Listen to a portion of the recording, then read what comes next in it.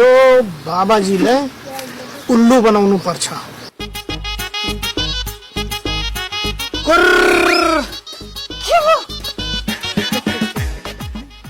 तपाईले एउटा कुरा थाहा छ? कस्तो कुरा? एउटा गाउँमा 1 पिटान 2 पिटान 3 पिटान गाई छन्। 1 पिटान 3 पिटान गाई भाछन्। कति बच्यो? तँलाई यति पनि थाहा छैन? 2 पिटान।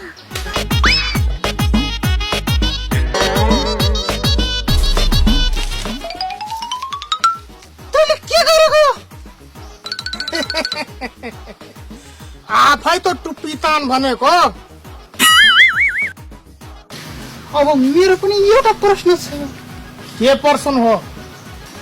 एउटा देशमा एउटा राजा रहेछ, त्यसका 3वटा छोरा रहेछन्।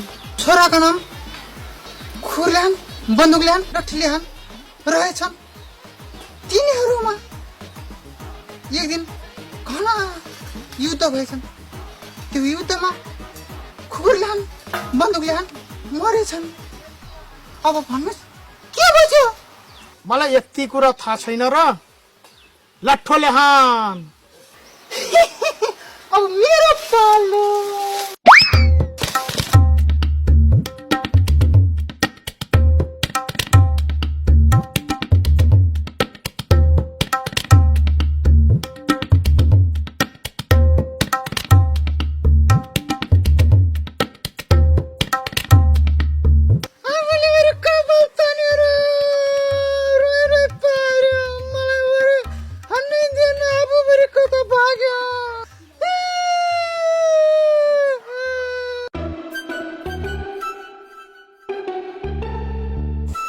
के हेरिरहेछस्? मलाई चिनिनस्? तेरो पारो लाग्दिम।